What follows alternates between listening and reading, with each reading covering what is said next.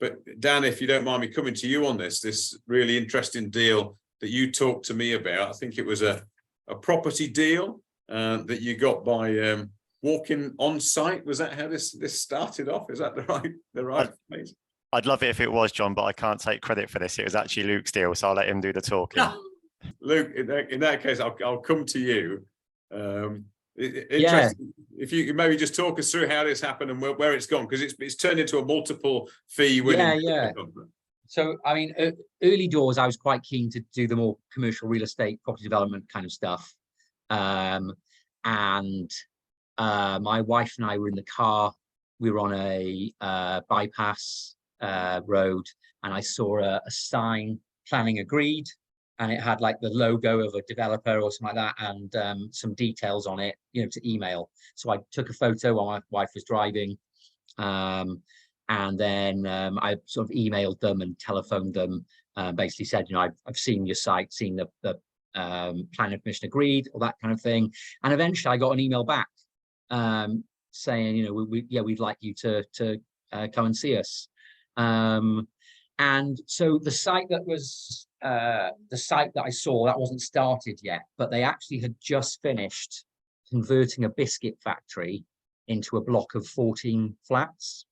So that was then, and I drew a lot of help really from the network on this, in terms of, I didn't know a lot about property finance at that point.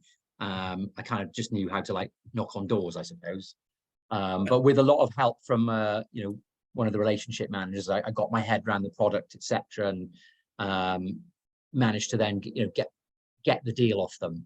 And they said there'd be another deal as well. So we agreed a fee that would cover both deals. So I think the biscuit factory was done, it was complete. We got that onto I'll call it a commercial mortgage. It was like a commercial buy-to-let, so a large multi-unit freehold block mortgage. And I think the gross commission on that was 14,000. But then they used the money that they raised off that, because they already owned it, block outright. They built it with their own cash, pulled 1.4 million out of it and put that towards a development. And that development required about 3.8 million of funding. So there was another 38 grand off that one, plus the 5 grand broker fee I think we charged across the 2 deals. Plus the development, that was only phase 1 we funded. There's phase 2 and 3 to come. So wow. we will automatically get, as long as they build and sell phase 1 successfully, phase 2 and phase 3 should automatically be funded by the same funder, but we'll get we'll get the 1% on that as well. Plus then they've just rung in the week saying they want to do another small development.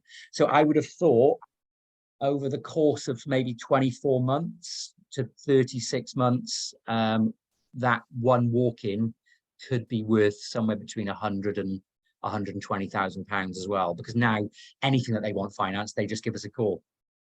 Brilliant. I mean, it's such a fantastic story, that, Luke. I really appreciate you sharing with that. And I'll kind of drop some of these things on you, by the way. But and it's one of the things that we try and do when people come to us is share best practice. There's so many different ways in which you can get in front of people and get leads. Some of it's just old-fashioned knocking on doors, which effectively this is what this was.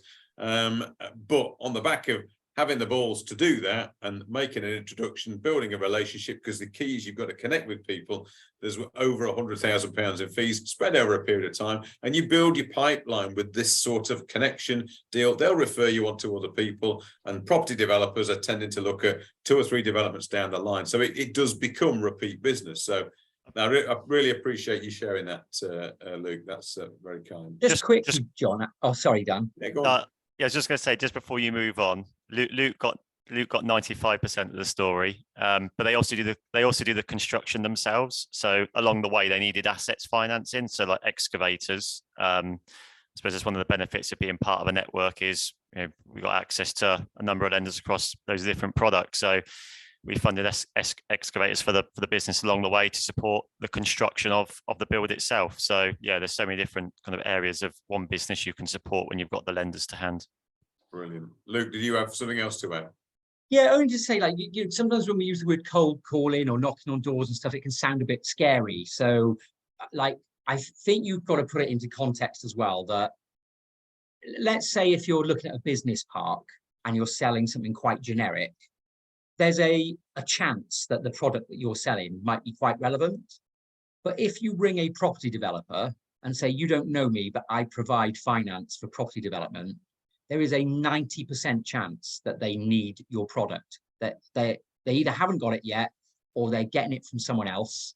And then it's just up to you to build a relationship so that in the future they get it from you. So I don't really think of it as like, it's not knocking on doors in such a scary way as it might be if you're thinking about knocking on doors in a very generic way of like with very limited chances of success.